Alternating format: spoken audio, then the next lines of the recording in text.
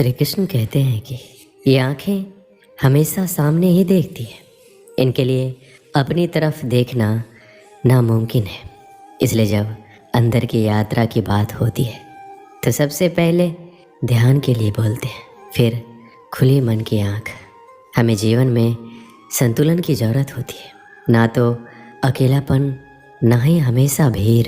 आपने कभी महसूस किया कि जब हम अकेले होते हैं तो चाह होती है कि दुनिया मिल जाए, रिश्ते मिल जाए, प्रेम मिल जाए, और दूसरी तरफ जब आप सबके साथ होते हैं तो चाहते हैं कि थोड़ा वक्त खुद के लिए खुद के साथ मिल जाए। परेशानी बस इतनी है कि आप जहाँ हो वहाँ का आनंद लेना नहीं आता। अकेलेपन में आप खुद के सबसे ज़्यादा करीब होते हो। जानो खुद को, पहचानो। जिस दिन खुद को पहचान लिया, खुद को संभाल लिया, प्यार हो जाएगा अकेलेपन से। एक और बात, अगर आप अकेले हैं तो खुद को टटोलिए। यह आपके स्वभाव का ही परिणाम हो सकता है। ना अकेलापन बुरा है, ना रिश्तों की भीड़, बस ज़रूरत है संतुलन की। एक बार अगर अपना ध्यान दुनिया से हटाकर खुद में लगा लिया, अगर दूसरे की प्रेम की चाह को छोड़कर खुद को पाने की चाह जग गई तो सारी समस्या खत्म हो जाएगी। श्री कृष्ण कहते हैं, अकेलेपन अपने साथ बहुत सी भेंट लेकर आता है। सवाल ये है, आप उसका स्वागत कैसे करते हैं? मेरा कहना मानिए, अगर आपने इसको सकारात्मक परिप्रेक्ष्य में लिया तो ये वरदान स्वरूप है। अकेलेपन को अपनी कमजोरी नहीं मानते, बल्कि ताकत बनाइए। लंबे समय तक अकेले रहने वाले लोग खुद में ऐसी क्षमता को खोज लेते हैं जो आम लोगों में शायद ही होती है। जब आप अपने मोबाइल फ़ोन को हद से ज़्यादा इस्तेमाल करते, उसकी क्षमता को खर्च करते, तो जाहिर है उसकी बैटरी डाउन हो जाती है। इसी प्रकार से हमारे साथ भी कुछ ऐसा ही होता है। ज़रूरत से ज़्यादा लोगों से घिर जाने पर आप अपनी ऊर्जा का अधिक इस्तेमाल करते हैं, जिससे अंततः हम थकान महसूस करते हैं। और ऐसे में यदि हमें कुछ समय के लिए अकेला छोड़ दिया जाए तो हम शांति महसूस करते हैं। जब हम अकेले रहते हैं तो अपनी अंतरात्मा से बातें करते हैं, खुद को समझते हैं। हमें किन बातों की ज़रूरत है उसकी गहराई तक जाते हैं, क्योंकि हमारे विचार ही हमारे आने वाले कल की खुशियों का सही चयन कर सकते हैं।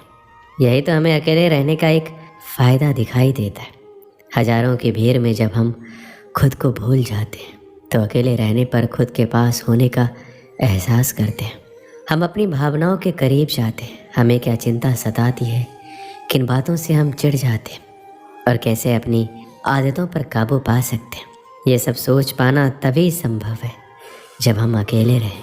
अकेले रहने पर धीरे धीरे हम अपनी भावनाओं को समझते हैं।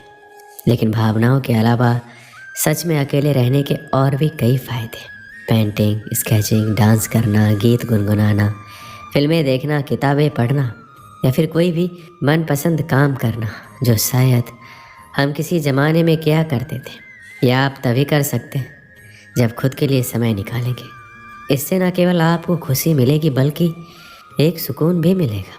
सुकून ये है कि आपने एक लंबे समय के बाद अपनी आत्मिक खुशी के लिए कुछ किया है। जब आप कुछ वक्त अकेले बिताते हैं तो आपका जहन सुकून के पलों का बखूबी इस्तेमाल करता है। शोर शराबे से दूर अकेले में बैठे रहते हैं तो आपकी सोचने समझने की ताकत को मजबूत करता है। अकेले रहना तो अच्छा है, एक बात ज़रूरी है और वो है सकारात्मकता। किसी नकारात्मक व्यक्ति को अपने इर्द गिर्द मत भटकने दीजिए, वो आप में निराशा भर देगा। ध्यान रहे, आपका आपसे अच्छा मित्र कोई नहीं है। खुद से बात कीजिए, ईमानदारी से अपनी समीक्षा कीजिए, खुद को आईने में देखकर खुश हो जाइए। जैसी दृष्टि वैसी सृष्टि। आपके नज़रिए पर निर्भर करता है आप अपनी ज़िंदगी को किस नज़रिए से देखते हैं। एक सूत्र याद रखिए, अकेला चलो। दुनिया में क्रांति लाने वाले महापुरुष अकेले ही चले थे। अकेलापन अपने आप में कोई समस्या नहीं है, बस बात इतनी सी है कि स्वयं को गहराई से समझने का एक शक्तिशाली माध्यम हमारे हाथ लग गया है और हम नहीं जानते कि इस शक्तिशाली माध्यम का उपयोग कैसे करें। अब सामाजिक समस्या के रूप में देखें तो अकेलापन दो तरह का हो सकता है, एक भौतिक, दूसरा भावात्मक। यदि आप इनमें से किसी भी प्रकार के अकेलेपन को संभालने की बात कर रहे हैं तो ज़रा रुकिए। क्या आपने कभी इस बात पर ध्यान दिया है दूसरे व्यक्तियों के साथ आपका आज तक का व्यवहार कैसा रहा है और यदि हाँ तो भी यही समय है सोचने का। दूसरों के सर पर अपनी गलतियों का टोकरा रखने का प्रयास करने से कहीं बेहतर है कि अपनी गलतियों की जिम्मेदारी स्वयं उठाने की हिम्मत दिखाइए। कहा जाता है अकेलापन एक वरदान है और शायद आप सबसे अलग हो। आप किसी के साथ मिलजुल नहीं सकते या आपके कोई मित्र नहीं है। शायद इन कारणों की वजह से आप अपने आप को अकेला महसूस करते हो। आपका कोई तो अपना होगा, जैसे आपकी माँ, बहन, दोस्त, पति, पत्नी। अगर आप अकेला महसूस कर रहे हो तो आप अपने मन की बात अपनों से कर सकते हैं। आप चाहे अपने आप को कितना भी बेसहारा महसूस कर रहे हो, लेकिन जहाँ तक मैं जानता हूँ हमारा परिवार, हमारे सच्चे दोस्त हमारे साथ हमेशा खड़े रहेंगे। कई लोग ये नहीं जानते कि अकेलापन क्या होता है, तो हमें सबसे पहले ये जानना होगा अकेलापन होता क्या है। अकेलापन एक ऐसी भावना है जिसमें लोग बहुत तीव्रता से खालीपन और एकांत का अनुभव करते हैं। अकेलापन की तुलना अक्सर खाली, अवांछित और महत्वहीन महसूस करने से की जाती है।